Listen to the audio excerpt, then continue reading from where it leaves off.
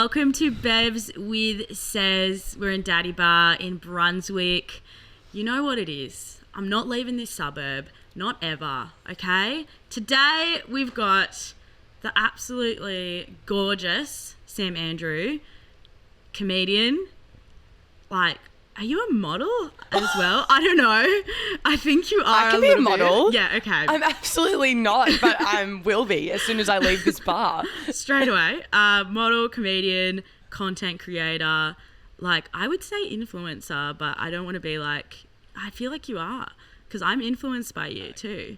Thank you so much. I saw you at the Kardashians Hulu thing and I was like, oh my God, I need to watch it. Yeah. I got to do it. I got to be there. How are you feeling today? I am great, mate. Thank you for having me. We have one show left in our season for Melbourne Comedy Festival. Shit. So we're 11 shows down and it's just been heaven. It's been heaven. It's been so nice to be up on a stage and performing again.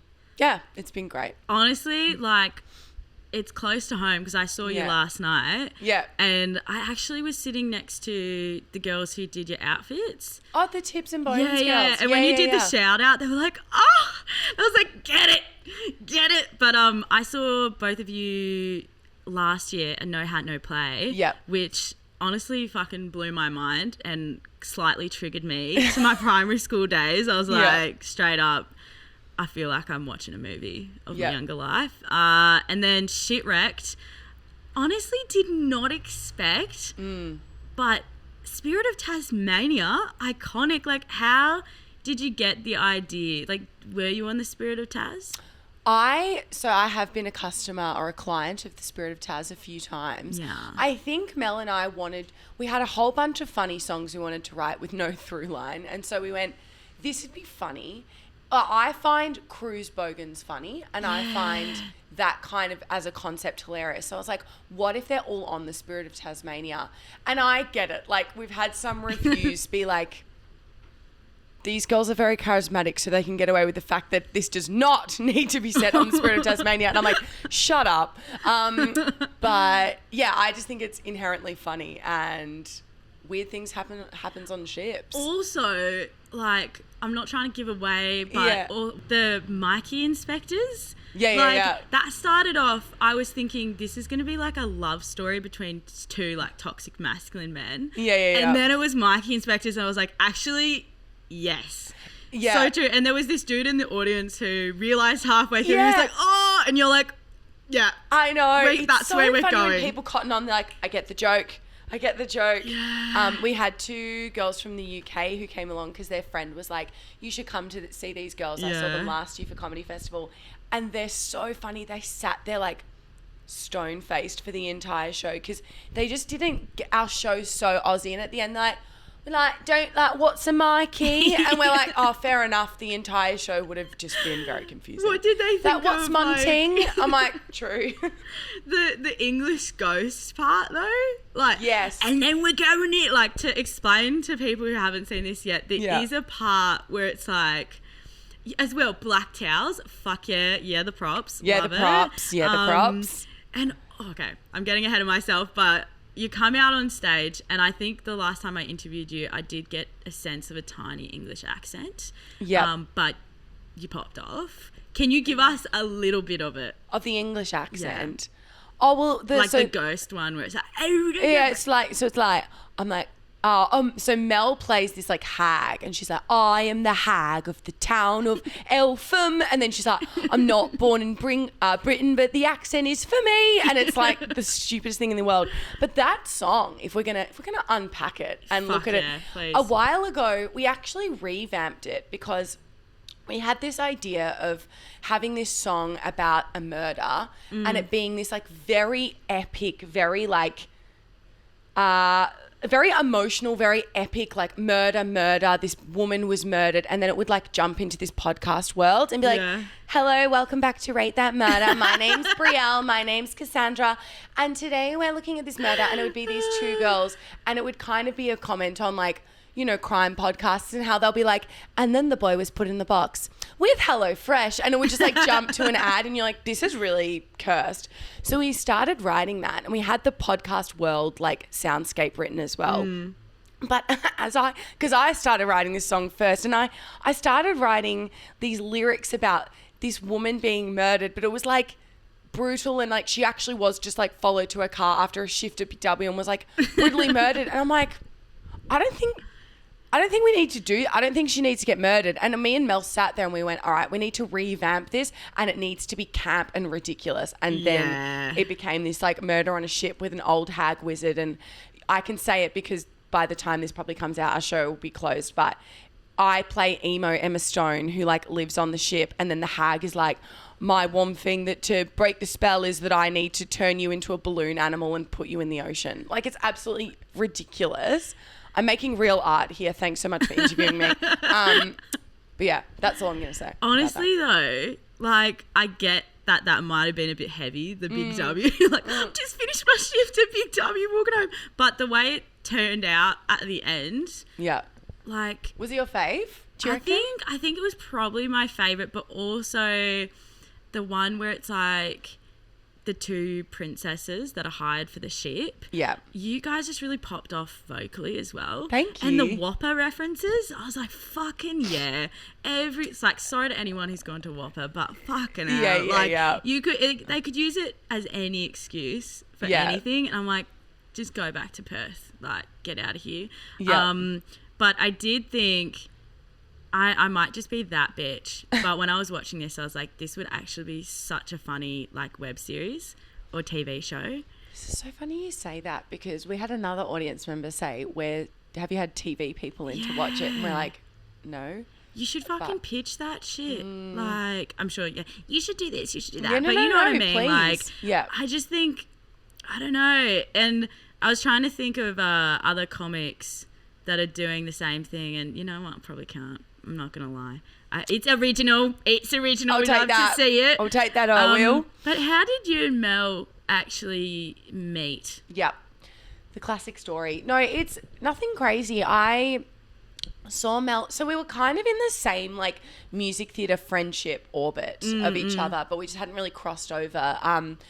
But I had a lot of lots of mutuals. And then one night I saw Mel in this like variety cabaret night, and she did this like song about a vegan leather bag, but set to the melody and lyrics of not lyrics, but Feed the Birds from Mary Poppins. I was like, funny, clever, good singer. And I just kind of like stored it in my brain. And this was like back when I was like just finished uni, and I wrote this mini like a cappella musical, which is going to sound so 2016 when I say it, but about being left unread on Facebook Messenger. Anyway, oh my God, that's fucking groundbreaking. Ancient. Holy shit! And what's Facebook? I know, what's Facebook. Anyway, and so I cast Mel in that because she was part of UMTA Music Theatre, and I hadn't heard her sing, but I heard her in the. Anyway, I just cast her in it, and then I cast her in a new musical that I wrote a few years ago as like the villain. This musical called Girls Are Hot, and she played the villain that like works in Cookeye. That's like, okay, like get me your Bible, like we're meant to be working here in Cookeye, so thank you so much. So then I cast her in that, and then one day we caught up, but we weren't super close yet, and we caught up just pre-pandemic, and we were talking about wanting to do a show, and Mel's like, I kind of want to do a one-woman show, and I was like, I kind of want to write music for a show, and then Mel's like, we were both like, why don't we just do a show together? And then No Hat, No Play was born. Fuck. Yeah. No, that's so good. It's a pretty good pairing. Both I'm very of you, it's giving. So you write the music for the show? Mel and I write the melody and the lyrics together, but I'll go off and do the chords and the arrangement and all the tracks. Yeah. But we'll sit there with like a voice memoing, just singing stuff. Yeah. Far out. Okay. Speaking of your relationship with Mel, there was a lot of chat about fuckboys. But I see that you're in a healthy relationship, which we love to see. But, like, where do you get your inspo for fuckboys? I mean, I know it's, like, everywhere we look all the time. Yeah. But, like, is there anything that kind of triggers that inspo? No, not for that. I think just shit men. Yeah, like, and it's so funny because, like, the only people that have come up after the show and been like, there's this one song where we play, like, gaslighting boy band boys. And we've only had comments from, like, women being like, that was hilarious. We had one guy in the front row, one show that we, like, called on a few times for like audience interaction, and he had like frosted tips. And we were like, and then we started singing this song, and he was just like, Oh my God. But then like, I was like, oh fuck, this song's about him. But there were a few moments where he like cracked a smile, and I was like, hey. I also, sorry to be crude or rude, but I don't give a shit what the men think about that song. Literally. I don't care. It's if you find it offensive, it's about you. So 100%. yeah. Like, I was looking around last night and I actually saw so many straight men fucking yakking. That's good. Like, there was this one guy that definitely looked like he just got off the train from Ballarat, like kind of vibe. And he was just like, oh. And I was like, oh my God, yeah. Like, good. We're making some changes. We're making some changes. Get in here. Like, none of that toxic masculinity. Yeah. And even the whole, the Titanic part where he puts his arms around his mate. I just like, it's so funny, but it's also like, yeah, just put your arms around your mate. Yeah. You don't need to be like, you know, but I'm not here to educate men on how to like not be toxic, but just saying. Yeah. Just saying.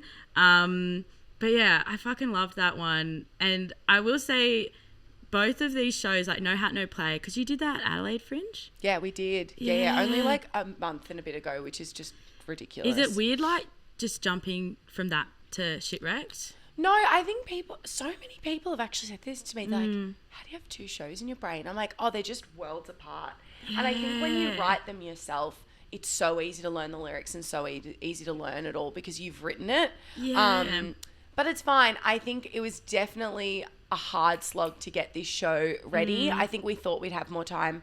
We were like, when we're in Adelaide Fringe, we'll use the days to write Shitwrecked and then the nights to perform No Hat, No Play. And then every day we were like, we are going to a cafe and going shopping down Rundle Street. Like, we just had no discipline. But, we've got it now. We've got a show that we're really... I fucking love it. Yeah, I don't know how... Yeah, because that's 2 hours of a show in your brain. In my brain. But I bloody respect it. Yep. Speaking of shows, you are a content queen. To me, I'm like... I just think of you as, like, a writer and a musician and a model and a comedian and a model, but you are a bit of a content queen. How, like, when you click on TikTok, do you feel like you're in a K-hole? Because there is a lot. Yeah I don't go on TikTok, which sounds really bizarre. I go to upload my video at the moment. I go to upload my videos. I'm a little bit like by it at the moment.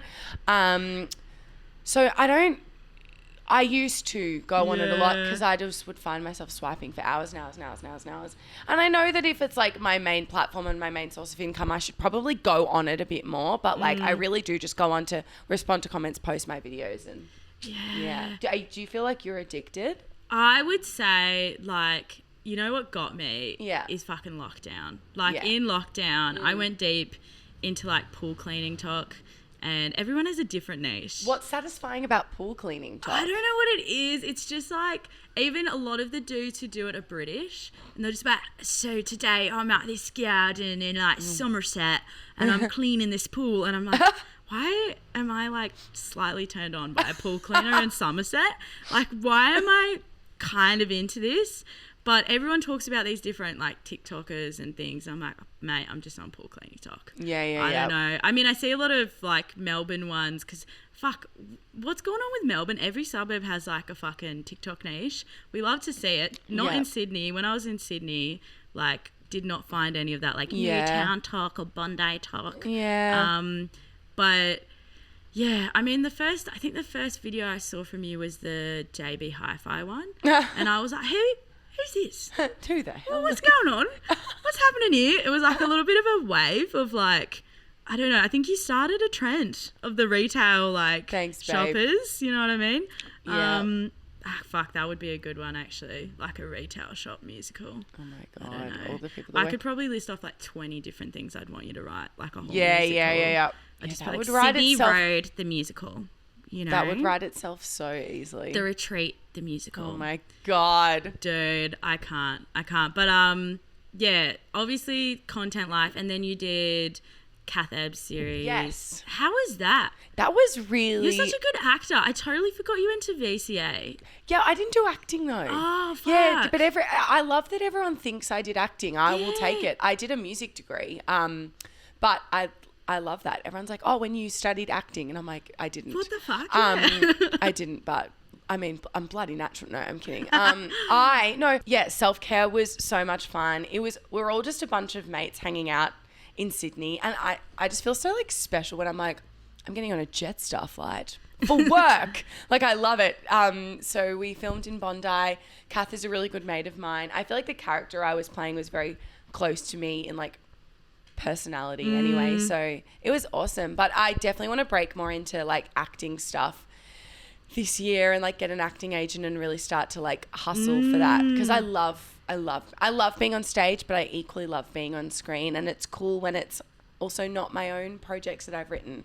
Like I rarely get to do stuff that other people have written and like work with a script. I think a lot of people probably wouldn't know that about you, is that you actually like write all this shit, to be honest. Sorry, I'm like, write all this shit? No. Like, you do. When I found out, I was like, not surprised, but like, like, how do you chill out? Also, that is a question when you're not doing content, performing, acting, Sydney vibes, what the fuck are you doing? Like, what is it that you do when you're just being a slob? When I'm being a slob, I love window shopping. Like real... I'm so chronically online. I was like, actual windows? I don't shop online, which is quite bizarre. I know. No, I'm a big fan of the city. Love shopping. I don't know what this answer is. It's really not going to change many people's lives. I love shopping. I love swimming. Love swimming. Yeah.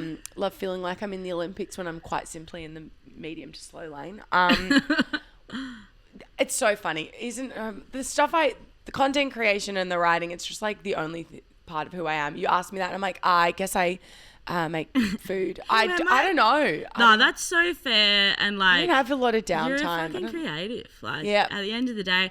But yeah, I think that a lot of people after the pandemic, and it's still going on though, obviously, but everything, I feel like Gen Z, millennials, kind of like, we're all a bit of a shit show at the moment. Yeah. So I feel like I can't really offer much advice, but like, is there anything that you've felt like has been good advice that you've gotten if you're feeling a bit like when you were isolated in lockdown, or when things have been cancelled, like shows for COVID, all that kind of stuff? Just keep writing. Just keep. The way I thought the question was going to be any advice for people starting out on TikTok, and I might have had an answer, but if it's just like general motherly, FYP. If it's just motherly advice, I'm like, I'm not sure. I don't know. That's the problem. That's what I don't fucking know either. I don't know. We're all just figuring it out. Yeah. Like, I feel so a bit silly that I have not a single sentence right now. Or don't even worry. I think that's like probably a good answer anyway, because a lot of people would probably think, oh, she probably knows what she's doing. Like, she knows where she's going. She's got like a 10-year path, like giving LinkedIn, giving, the actors studio, like everything's going on. But now that we know that, seriously, it's all about It's all about. It's just a bit of manifest. Do you have advice? I don't know. Just fucking like, probably, I'm a bit the same. I'm just like, I don't know. I just wake up, start the day, and try and take it day by day. Yeah. My therapist did say to me, she was like, just count to 10. Yeah. And I was like, that's fine. But I'm also dyslexic, so it actually makes me feel like annoyed counting in my head. Yeah, right. So I'm just like, fuck you. But love you, Janelle. You're great. But what's your count to 10 then? What would be like? I actually do, you know what helps me, Sam? Yeah. I put on High School Musical 2, specifically High School Musical 2. Yep. Like, fabulous. Work this out. Gotta go my own way. What about us? What about that? Is literally like, that is the cure for me. And then so I'll probably play that 20 times a day just to get through the day. But no, I think it's good to ask, because it's a little bit of I think a bit of the vibe of this podcast is kind of being like, just admitting that we're all a bit like cooked, but it's okay. Absolutely. But yeah, so when like the show's over, but I'm sure, well, it's over by now when you listen to this, but for the rest of the year, like, is there much that you can say that you're doing, or is it all a secret? No, nothing's a secret at the moment. Both shows will hopefully be back later in the year. Fuck yeah. Hopefully. We're going to Sydney Comedy Festival with No Hat, No Play, which is really cool. Oh, shit. And I didn't realise how big Sydney Comedy Festival was because, like, we apply for all these festivals and then we get them, we're like, cool, we're in this venue, sick, this long, this time, awesome. But then Mel, like, called me and she's like, Sydney Comedy Festival is a really big deal. And I'm like, really? And she's like, yeah. She's like, the tickets are sold through Ticketek. And I'm like, oh, that's big. That's how you know. Yeah. I was like, oh, okay. It's giving like Rod Laver Arena. I'm like, right. So that'll be really cool. I think I couldn't tell you the number, but I think they only program like 30 artists or something really small. We're doing interviews at Sydcom Festival. See there. I'll just be wearing a hat. This will be out in a couple of weeks. Yep. So you better go. I fucking love No Hat, No Play. Thank honestly. you. It is a vibe. But yeah, that's my only request. Yep. Is after all these festivals are over, I need the album. I know. I need the Spotify. I need you to go record. I just love it. Like last night when I was walking home, I was like, now I can't remember it. No, that's so fun. I need it in my head. Even if it's just a manic click. Yeah. I don't care. This could be the tempo of so many of them if you just speed them up or slow them down. So I was so impressed with even like the drum beats and stuff in it. Thank you. I was like, what's going on here? Your tech guys just like oh my God. freaking out. So funny. I love the Tough in Town with all my heart and they're such a great venue. It's so funny though. They really are a gig venue, like yeah bands, and then we come in with like our fucking props bag and like Olaf and like Elsa dress and we're like they have a script with all these lines like this song needs to come in here and then we're going to have this witch's hat and then the lights need to go red and then you'll hear these epic orchestral strings and they're like, man, I thought this was a hip hop night. Like, what is going on? Yeah.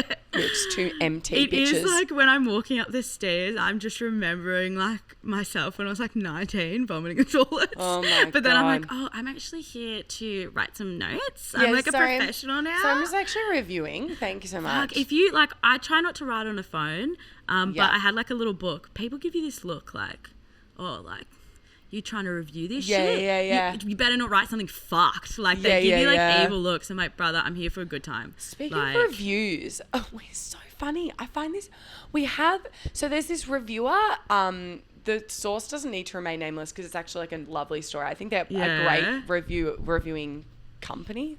Anyway, publication. This man has come to all of our shows and I'm obsessed. Like he came to Baby Bye Bye Bye, my first cabaret in like 2018. And then he came to No Hat, No Play. And in No Hat, No Play, he wrote in his review, he's like, Mel and Sam move and dance like like marionettes being twisted and jerked from a string. And we're like, all right, that's a bit random. We're like, but like go off. Because I guess we're both very like, boop, boop, as we move across the stage. You are, yeah. And then he reviewed Shitwrecked. And it literally said the same thing. He's like, and the girls are marionettes. And we're like, why are we marionettes? I'm just obsessed with being called a marionette. And I'm like, this man has said it twice. So clearly we are marionettes. And it's just so funny, the different styles of reviews, hey? And you would get it being a reviewer. Some people are like, the girls move to this side of the stage. They sing this. Samantha wears shorts. Mel wears blah. And I'm like, what's with the play-by-play? Tell us what's good and bad. It's hard because I try not to like compare people to other comedians because sometimes I see reviews where it's like they're exactly like this person or like this is the young like fucking Tim Minchin or all that, and I'm just like, brother, like just let women be women. Like let's just fucking stop with it. But I don't fully remember what I wrote, but I do remember that I got a little quote on one of the photos where it's like Sin Media and like my little thing, and I was like, I'm a writer. You're a writer, and that review was hot. Dude, I why would we not put it on our poster just waiting to be eaten up by a Broadway director? Yeah, that actually, to be fair, that was a juicy That's quote. a pretty juicy one. But have you got any bad ones? Not bad. Is there any like comments where you're a bit like, ugh? No, I think most of we got a review that was just like there were sound issues and the show like lacked energy in the second half, and they were right. They were right. Yeah. I think as well because with No Hat, No Play, it was so like bam, bam, school bell, next song, transition. It was constantly like very tight. But with this show, it's a bit more loose and like we're coming on stage buttoning up shirts as we become the new characters. And I think they caught a night where there was just a bit of like lag in it. Yeah. It's so weird to me because like, if anything, it's like the most energetic, chaotic shit I've seen for a while. Like in a good way. Thank you. Like, but I wouldn't, I probably wouldn't take my grandma because she might have like a little stroke because it's just like. Yeah. But I fucking love it. Okay, well, thanks so much for coming on BEVZ with Says. Thank you. And thank you for just like entertaining the people. Bloody hell. Thanks for being so supportive. Honestly, like. I feel like Ariana Grande, like on YouTube with one of these, like sitting down to like unpack her songs. Yeah. Thank you so much for having me. I'm a big fan of you. So. Woo! All right. Thanks for watching BEVZ with Says. We're going to have the details for No Hat, No Play at Sydney Comedy Fest in the show notes. And we're going to have Sam and Mel's socials in there. It's really good. And I'm actually like such a bitter bitch, so if I'm saying it's good, like it's probably actually really good. But yeah, thanks for watching and we'll see you next week. Bye. Mwah.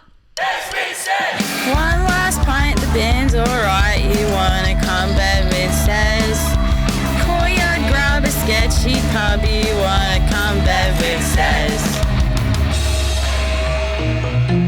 Ample. Here. Is this thing on? Yeah, that's on. Don't touch that.